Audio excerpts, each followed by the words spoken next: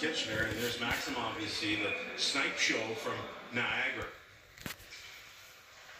Lepanov, 34 goals, 80 points last year. The Oilers prospect. And Larry Brannigan asked us last Saturday when they were practicing about a few players, and Maximov was a guy's name who came up. So we'll see if the coach is keeping a close eye on him. Tyler Tucker, the Barrie Colts, their defenseman leading scorer. Already 7 multi-point games for Tucker this year with Hawerchuk's Barrie Colts. Here's Romanov. Puck rolled on him, and Hillis was right there. Those are 2 Montreal Canadiens prospects, Romanov and Hillis. Sisura gets it to Romanov.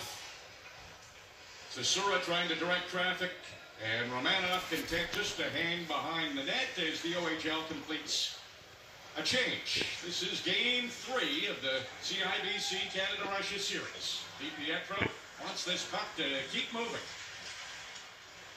OHL gets it just inside the Russian line, but that's cleared, and now Ryan Merkley backs off. First-round pick of the San Jose Sharks. So many great defensemen on the Sharks. Merkley might be next in line. Phillips, he's forced wide, can't get a shot, so he tries to bank it off the boards. That worked out okay, but Liakov, he's a strong defensive defenseman we've found. Not known for his points, just has 1 shot in the series so far, but he has been effective keeping the puck out of his net. He's even through the first 2 games. Well, he's a big body guy. He's got good reach, and he doesn't mind a little physicality in this game, and those are all hallmarks of that good stay-at-home defense. Samorukov heading back. Ryan McGregor, he's got great speed. He's a Maple Leafs prospect, number 9 here for Team OHL. Plays right here in Sarnia. He's in his home arena.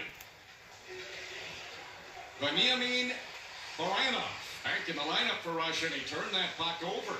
Morgan Frost, not the one you want to turn it over to. Baranov tries the other side. That's kept in by Evan Bouchard. Baranov took a late penalty in game 1. Russia was trailing 2-1. There was less than 2 minutes to go, so that thwarted any comeback attempt Russia could make. He was a scratch in the next game. Maybe a message sent from Valeri Bragin. And now he's had a couple of chances to clear the puck. Here he is again. Can he get it out this time? Backhand just got by Frost. So it worked for Russia. Slepets, 3 OHL players waiting for him, and he falls down. Barrett Hayton calmly gets it to McLeod, and up ahead is Mackenzie Entwistle. He skates right in, and he's hooked by Olshansky. What's this going to be? We'll have to wait till Russia touches the puck. Mackenzie Entwistle is getting a penalty shot. Barrett Hayton makes such a great play at his own blue line. He sacrifices his body, takes a hit, reverses the puck back to the D, and then it's a big pass forward to Entwistle, and that's what sprung on the breakaway. Middle of the ice, hit from Hayton. Entwistle's far down that right wing side already, takes the pass in stride, and then gets interfered with by Olshansky. Entwistle with 8 goals, 15 points with Hamilton this year. Here he comes, trying to extend the OHL's lead, and he does! Mackenzie Entwistle scores in the penalty shot.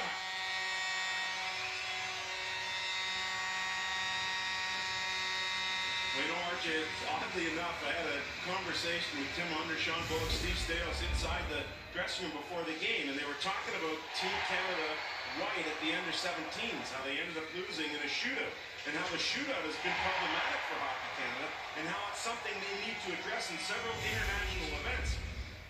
When you look at the numbers, penalty shots and shootouts are about 30 to 33%, and so they're looking for an answer because of how important it is developmentally at the NHL level as well. No problem there for Entwistle. That helped his stock. And he's a Swiss Army knife. You need him to get some points, great. You need him to play defensive, no problem. He can do whatever he's asked, and we'll do it with a smile. Yeah, he can drive the bus, he can open the door of the bus, or sit at the back of it. Doesn't matter to that young man. Great start for Team OHL. 2-0 lead. Late stages of the opening period here in Sarnia. Shots are only 4-2. Feels like there's been more, but there's been some quality shots from Team OHL. No question about that.